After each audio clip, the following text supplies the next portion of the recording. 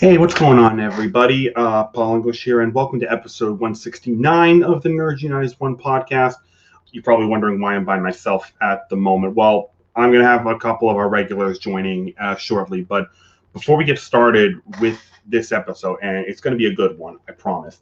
There's a very important announcement that I need to make, and in a way, it relates to why we haven't done another show in several months, even though I keep saying, oh, we'll get better, yada, yada, yada.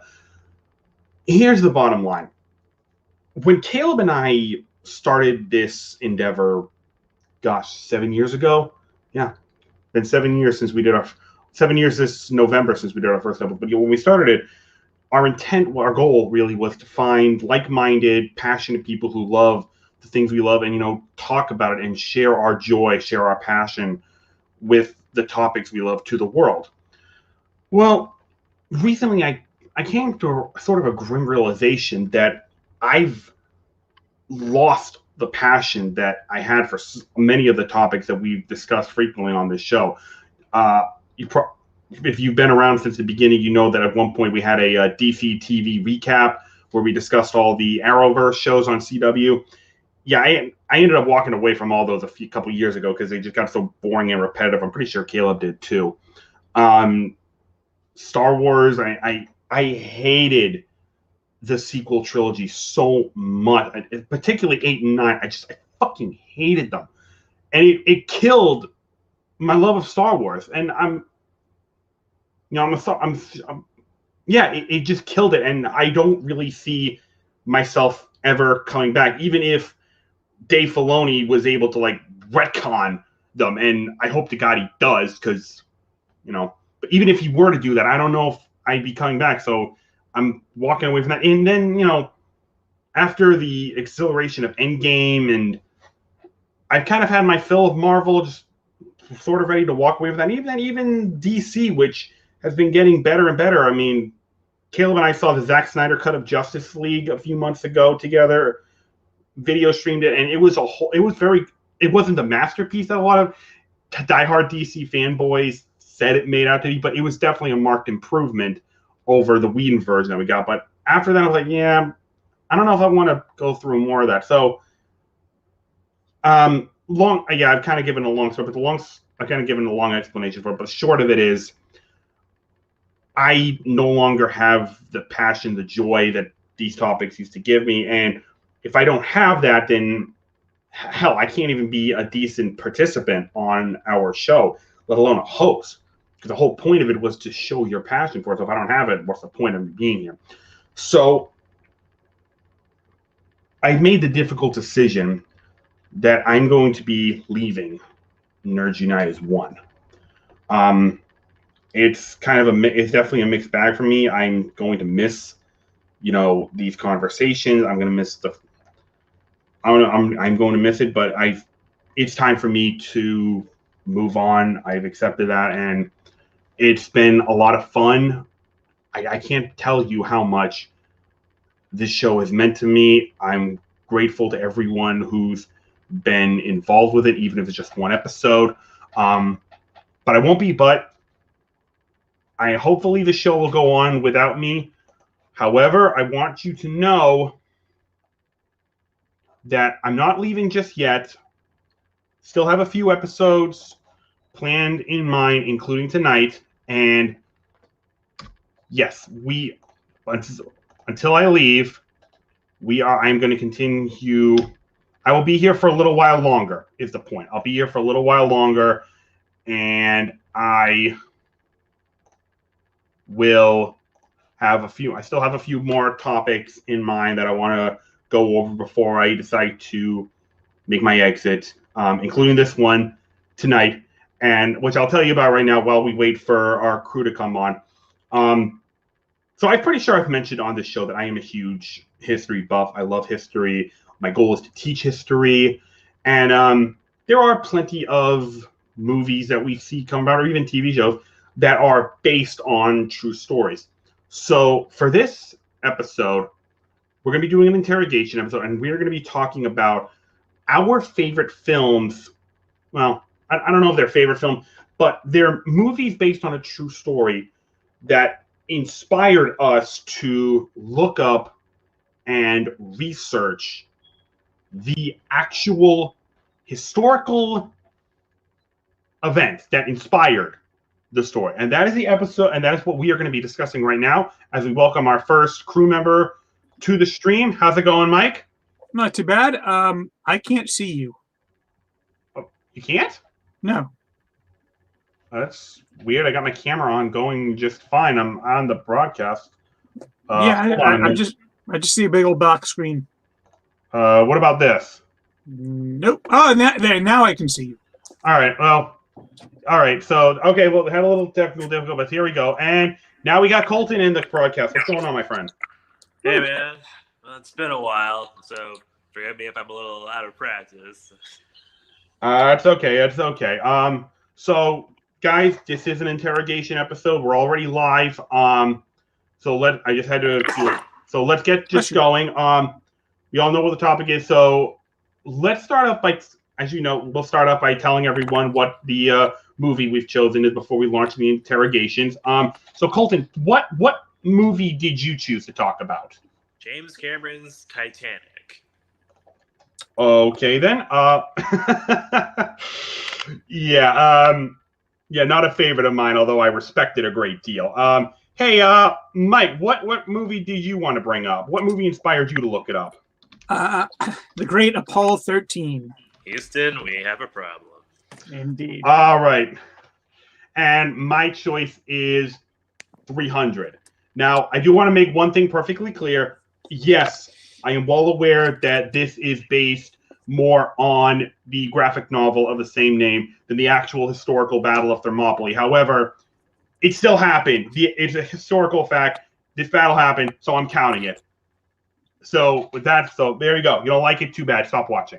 All right. With that said, let's jump in. Colton, I'm going to put you on the hot seat first. So, Mike, what is your first question for Colton? What are you going to say? Colton? I'm on the hot seat. What's your question? Oh, okay. Sorry. I thought it looked like you were trying to say something. I know. Just taking a breath.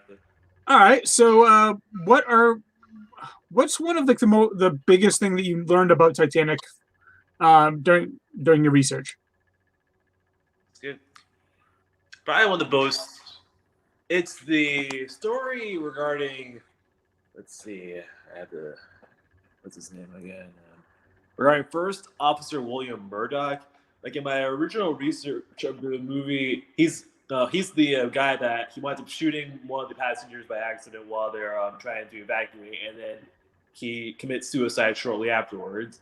And the story was pretty conflicting when I was reading about it. Like originally, at first, I thought that the whole thing was like patently made up just for the sake of drama, and that he hadn't done that. But then there were reports that it might actually have happened. Either way, it was interesting to see that the family of William Murdoch found out about when they saw it. They were not pleased in the slightest.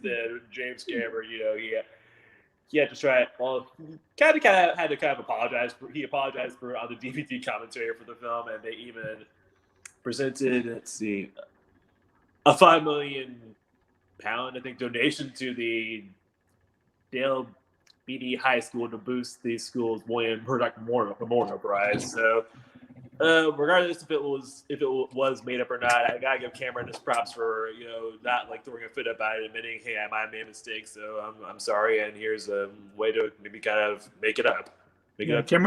Cameron doesn't admit mistakes very often. Man, the people that work with the guy, apparently there's a shirt that exists that says, "You can't scare me. I work for James Cameron." Yeah. All right. So here's my first question, Colton.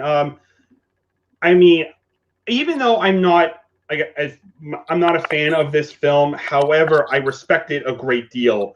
Yeah, I respect how much passion James Cameron put in it. You could tell this was something he wanted to make, and he pulled out all the stops to make this as faithful to the actual events that he possibly could. So, what was it about his telling of this story, which there's been one before, I believe 1958's A Night to Remember was the first movie to tell the story of the Titanic.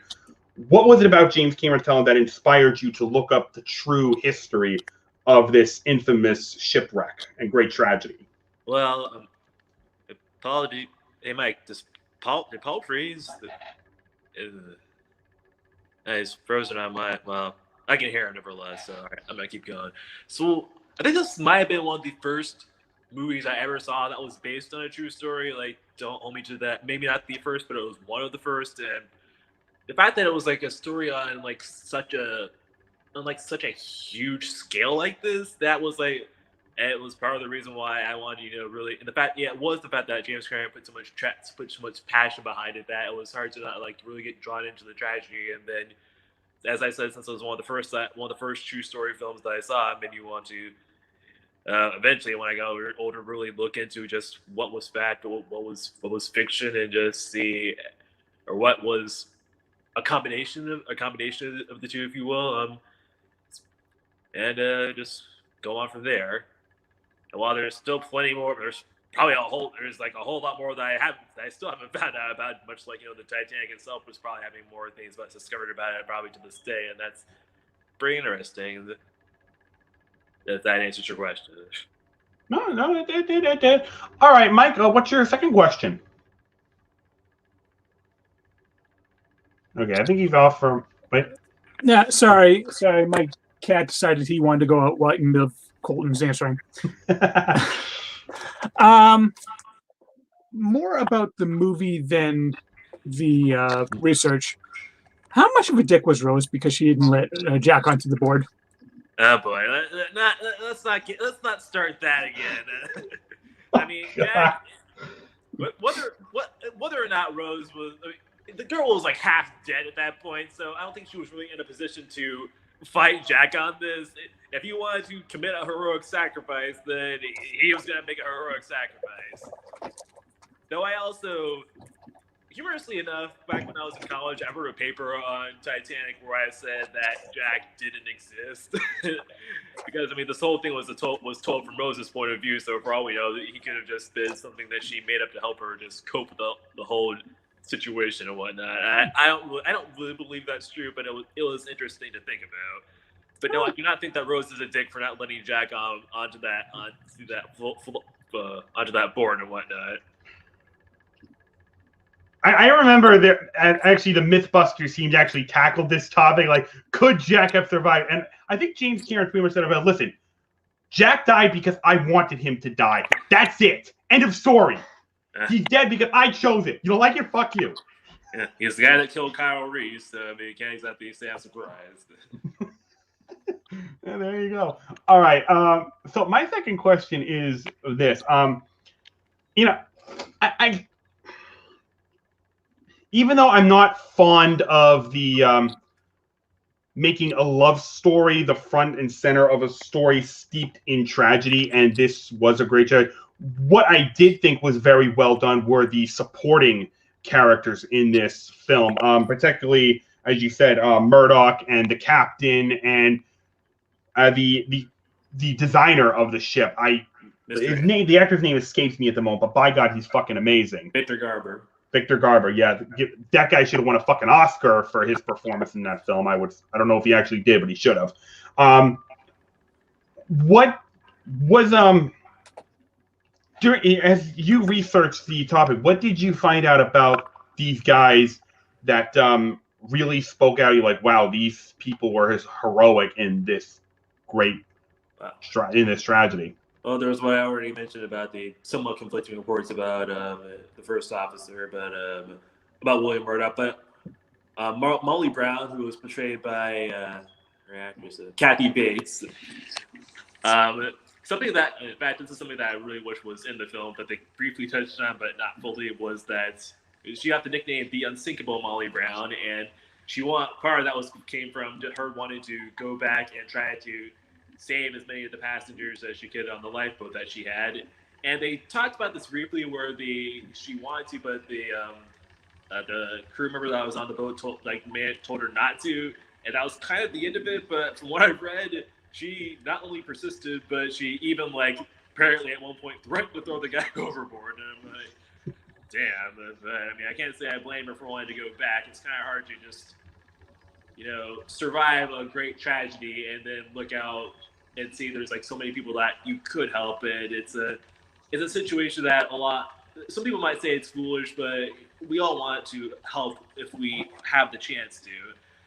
And honestly, I wish they really delved into that more in the final moments of when Molly Brown's like final moments of screen time in that film. There actually is a musical called The Unsinkable with Molly Brown. That's all about her. Really? It's I think I've seen it a long time. It was a long time ago, but yeah, it does exist. So you can check it out. I gotta look this up. Yeah. And I also like that they kept things in line with how the captain apparently did go down with the ship and whatnot, among other things. Yeah. Okay. Mike, do you have a final question for him? Yeah.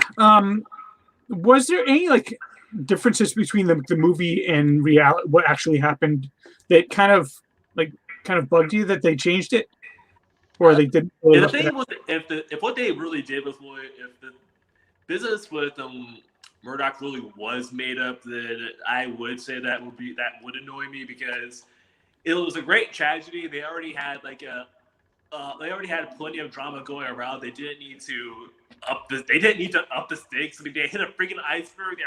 They were sinking into freezing cold waters. I mean, Jack and Rose were getting shot at by Billy Zane, douchebag fiance. I mean, there was nothing. They didn't need to make any historical villain or historical jerk ass upgrades or anything. There was plenty of tension to go around at that point.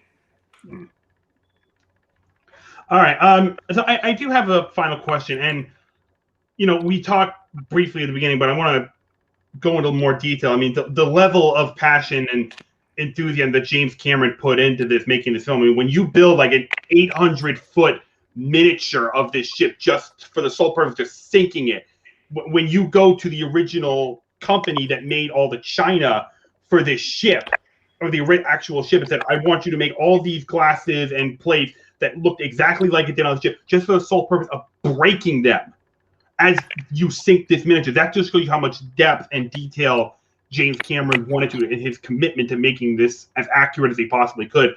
But looking back on it, is there anything about the actual sinking of the ship that you kind of wish James went into a little bit more detail on, maybe gave a little more recognition to in the film?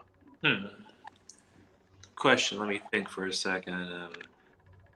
Because I don't believe he gave enough credit to like the crew who was down in like the engine room as the ship was sinking, who willingly stayed there knowing they were going to die, but knowing that if they stayed, they could leave by a few more minutes to help more people get off the ship. Well, you just helped to answer my question. Yeah, you just told me. Yeah, that actually is a good point. Like giving more attention to the crew, because like the movie spends a good chunk of time, building everybody up and whatnot. And honestly, my favorite part of the movie is the beginning of when they hit the iceberg and we see the crew jumping into action, trying to do their damnedest to try to not hit the iceberg, and then after they hit it, doing whatever they can to get the preparations ready to try shutting all the doors and trying to get engaged, reversing engines, everything like that. It was honestly pretty cool to watch, and it would be cool if they really went a bit more into detail about certain members of the crew also, besides the designer, the captain, Murdoch also, because I'm pretty sure those would be some of the few people. Those would definitely be people that they would have firsthand accounts of that they could really look into for more accuracy and whatnot amongst the stuff that they might have made up, amongst the stuff that they made up and whatnot. So yeah, I definitely would have liked to see more crew involvement during the sinking. Side note, but every time I watch the iceberg scene, I always just keep hoping that they're not going to hit the iceberg, just because it just feels like they're not going to. But it's like, oh yeah, nope, they're going to hit it, and it's like, damn it every time. Yep, I get it. All right, very good. Okay, Colton, you're off. So well done. Okay, Mike, you're putting on now. So. And you know what, Colton? Since you were on the hot seat first, I'll let you go first. What's your first question for Mike? All right, Mike. So, is there any detail in this movie that was made up that you honestly kind of liked more, that you actually were a big fan of? Yeah. Actually, they do talk about it in the like, but a side note, if you don't have the Blu-ray here, I highly recommend it because it's actually got a really nice documentary on it. The very well done documentary. But like one of the big moments in the movie is when they have to do a controlled burn, and they can only do it for so long, and they have to just keep like earth in the window in order to trying to get back home. And apparently they actually did multiple burns like that during the course of the journey. And for dramatic tension, they just nail it down to one. And I thought that actually I mean, you really didn't need more than that. I mean, each one I assume was pretty much the same thing. So just doing that one for brevity and just for dramatic tension, I think did a fantastic job. Cool. Okay. I've actually never seen this movie, but I do know of it. I know the story behind it. Yeah. I'm not a cinephile like you guys, okay? Bear that in mind. Like I said, I do know the story behind it. So, his best, dude. yeah. But anyway, so Mike, what was it? Did you know the story, the true story of Apollo 13 before seeing this movie, or was it the film that introduced you to it? And what was it about the film that made you feel like, wow, I want to learn more about this? No, this I hadn't heard. I mean, pretty much the only Apollo mission I'd heard of before this was, of course, Apollo 11. So I mean, and then I just knew they went on for a while, and then they stopped. They went to the shuttle. So finding out that they actually had this mission just 2 missions later, after actually landing on the moon, that went so horribly wrong. I mean, I was fascinated by it, and what really kind of drew me to it was, I mean, pretty much this movie is freaking awesome. This is in my top 5 favorite movies of all time. So, I mean, I just thought it was masterfully done. Ron Howard did my favorite Ron Howard movie, next to Willow. And yeah, Tom Hanks, Kevin Bacon, Bill Paxton, Gary Sinise, they're all phenomenal in this movie. I mean, Ed Harris should have won an Academy Award for this one. So should have Kathleen Quinlan, actually. But yeah, it's just such a fantastic movie that I was like, and just the topic was just so fascinating that I'd never heard about. I was like, well, I want to know more about this. Unfortunately, great documentary on this Blu-ray. Okay, Colton, do you have another question for Mike? Yeah, what's your favorite fact to have learned about this movie? I mean, about the real life Apollo 13. If you have one. Yeah, my favorite fact is a difference that they did between the movie and reality that I didn't mind. But I did find it really interesting. Is the fact that in the movie it's Ed Harris as Gene Kranz, the director of operations at NASA. And I guess he was just like one of maybe 3 that kind of held the chair throughout this whole debacle. And I thought that was really interesting. They actually had 2 other people that kind of they traded in. They kind of worked off each other, but I didn't really mind it because I think Ed Harris, sorry. Ed Harris just did such a phenomenal job that I didn't mind that it was all on him because he did the best with it. But I felt it was really interesting the fact that they had actually about 3 directors of operation running. Okay. Obviously, when you have movies based on true stories, there's unfortunately no way to tell them completely 100% accurate to what really happened. There's always going to be some creative liberties taken for the sake of entertainment value. So with that said, is there one, based on the research that you've done, is there like one creative license that you thought, okay, I like that they did this, and then one where you're like, what the fuck were they thinking? Yeah, I mean, besides the just showing one control burn instead of like a whole bunch of them, the like kind of dramatic tension, kind of like the conflict between Kevin Bacon's characters and Bill Paxton characters in the shuttle, like just as time went on, they were like occasionally got real kind of short with each other and just actually blew up on each other a couple of times. And apparently, this was, according to John Lovell himself, this was completely fabricated. I mean, it was just done for dramatic tension. And I mean, I thought it was a fantastic way to kind of really kind of make these characters, flesh out the characters. Because I mean, if they were just like just straight laced astronauts, just doing the mission straight, it still would have been an interesting movie. It just wouldn't have been as memorable or good. And I mean, you got Kevin Bacon and Bill Paxton, Tom Hanks, just a shuttle room in this one room together for pretty much the entire movie. You really want them to have a chance to stretch their acting chops. So I really enjoyed that. One thing,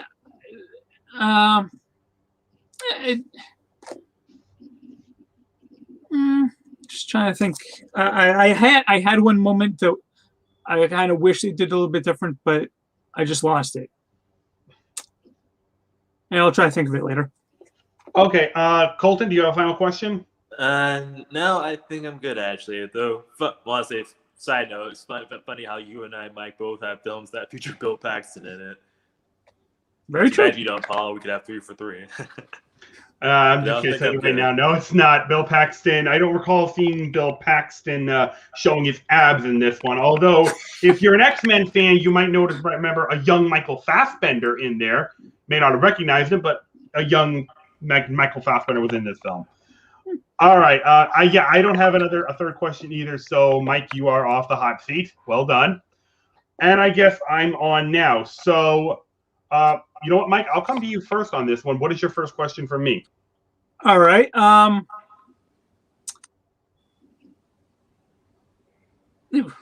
Throw me on the hot seat, why don't you? Want me to go to Colton first? No. So, what was one of the more interesting things that you learned about the Battle of 300?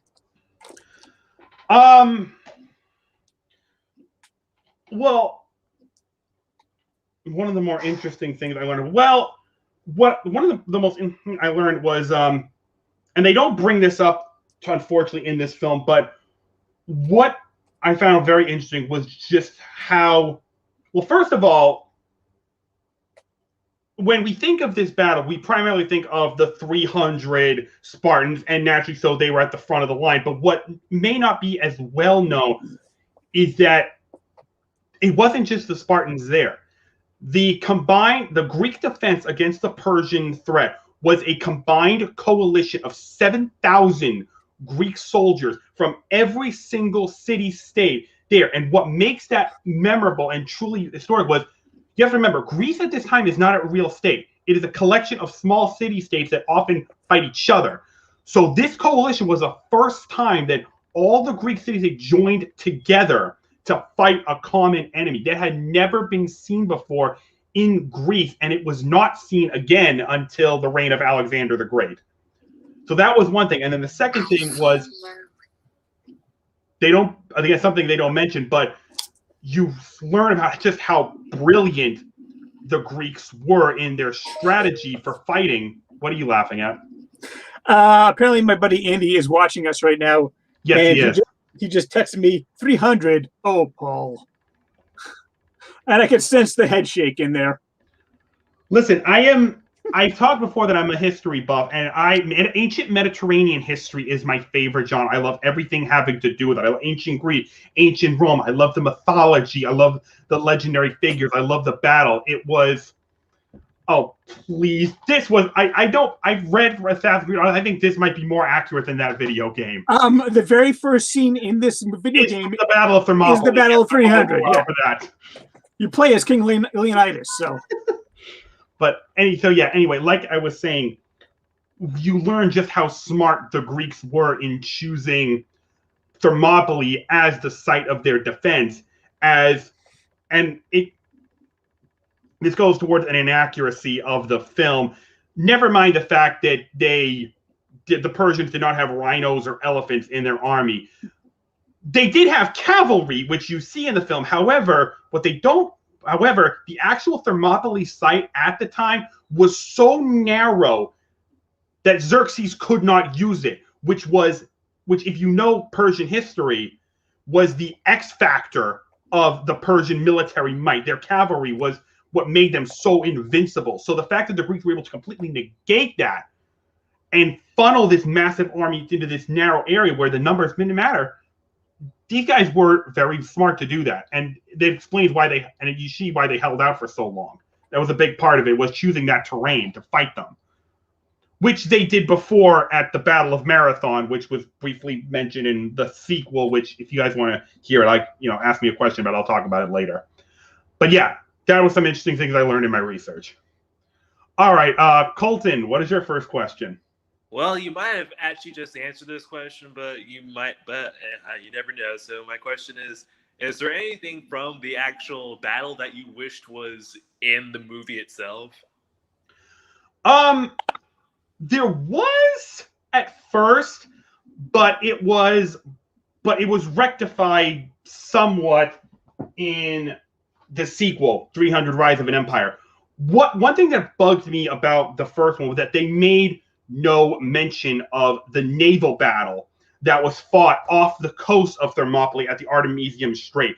That was just as important, if not more important, than the land battle between the Spartans and the Persians, because if the Persians were able to get behind, if the Persian plan was actually envelop the Greeks, first with their land assault, but then get their naval fleet through Artemisium and flank the Greeks from behind. But what was stopping them was the Athenian navy, led by Themistocles, holding that path and making sure the Persians were not through. If it wasn't for them, there would have been no stand at Thermopylae. The Persians would have just completely annihilated the Greeks. So at first, it upset me that no mention of that naval battle was mentioned in this film, which I'm glad they rectified in the sequel, as inaccurate as that was. I don't even think there was a comic based on it. But yes, that naval battle was very important. And it played and in fact, the Navy played a significant role in Greece's ultimate victory over Persia later on. So you should look that up if you get a chance. It's compelling stuff. All right, Mike, do you have a second question? Yeah. Was there like a dramatic license taken that you liked? And was there a dramatic license that they took that you weren't a fan of?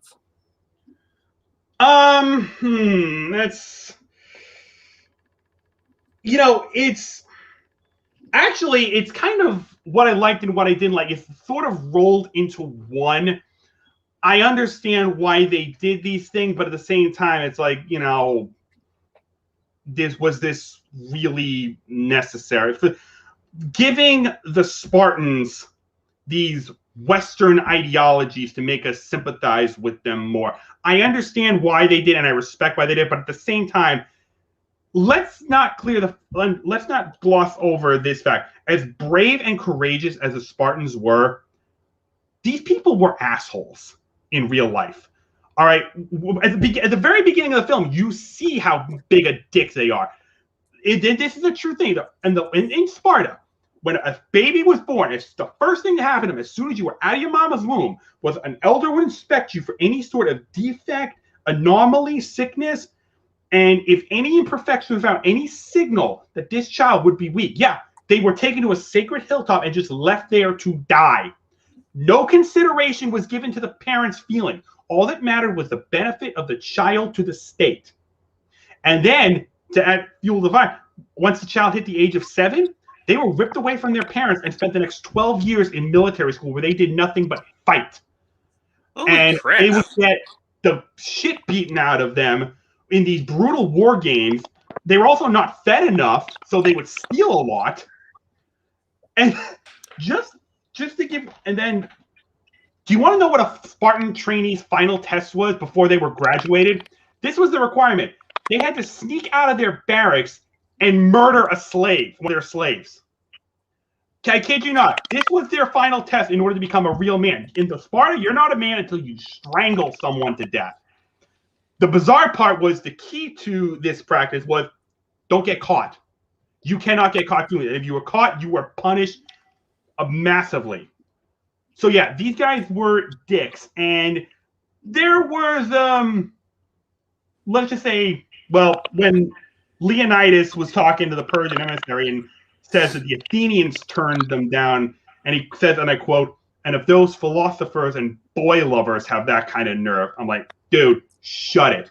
Because anyone who studies Spartan history know that you were blowing dick since you were a teenager.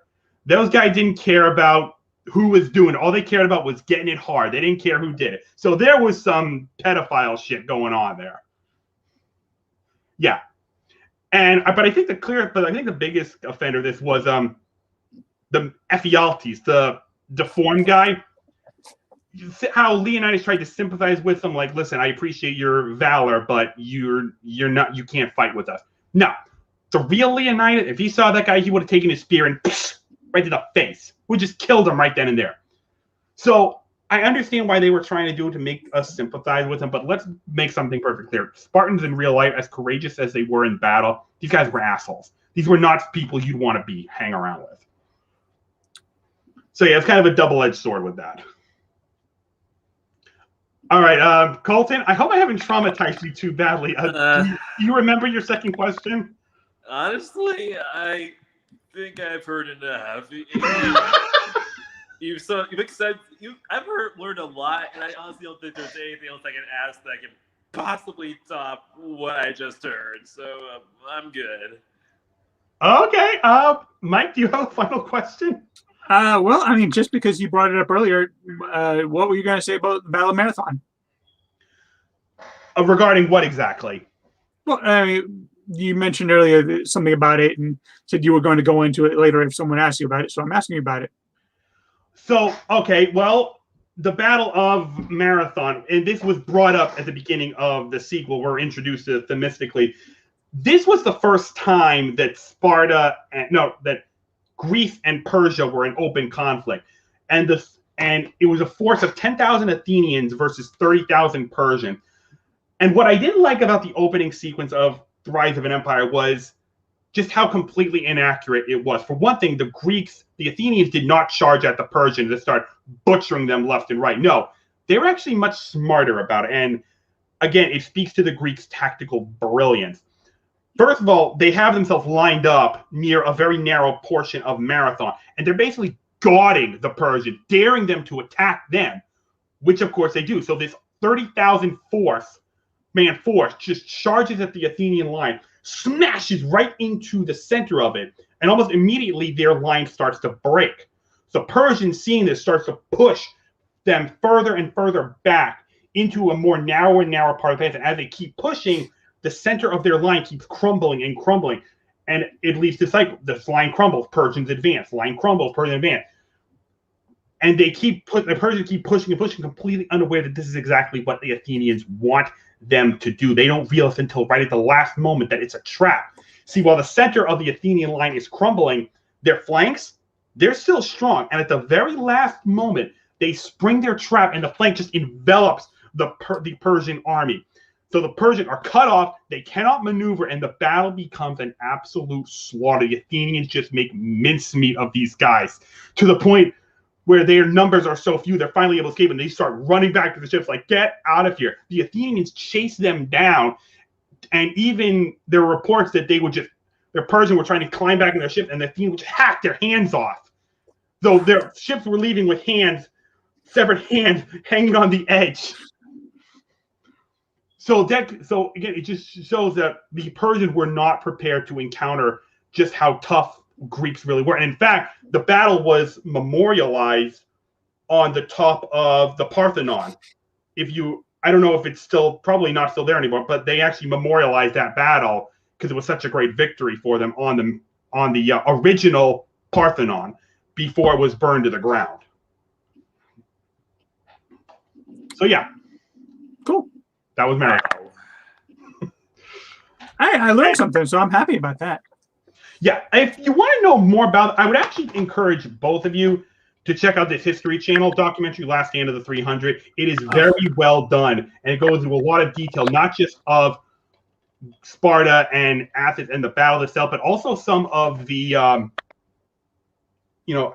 but also some of the backstory of figures like Leonidas and Themistocles, but it also gives you a backstory of just of the Persian Empire and just how impressive those guys were. I actually did my senior thesis on the Persian Empire, which by the way, for the record, they're actually called the Achaemenid Empire. And you learn it actually that special actually inspired me to learn about the Persian, because they don't, when we talk about these battles, all we talk about usually are the Greeks. But the Persian Empire at the time, it was the largest and most successful empire the world had ever known. It stretched from like Egypt to India, numbers in the millions, and it had the greatest army and navy that the world had ever known until Alexander the Great swallowed them up. So, yeah, I would encourage you to check this document out and look up the actual fact. It's impressive stories. So with that, sorry? I said my. All right, so with that is going to wrap up our show. Colton and Mike, thank you very much for taking the time. I got to tell you, this was a lot of fun talking about some history. Yeah. I loved it. I really missed this, guys. Yep. We'll have a few more of these before I sign off for the last time. But so I hope to see you back. I hope to see everyone who's watching back to those. I hope to see you guys back for all those. We are going to try to talk about, have some more interrogation. We'll talk about some game shows that we all love. So I hope you'll join us for that. Until then, thanks very much for watching, guys, and y'all have a great night. Bye.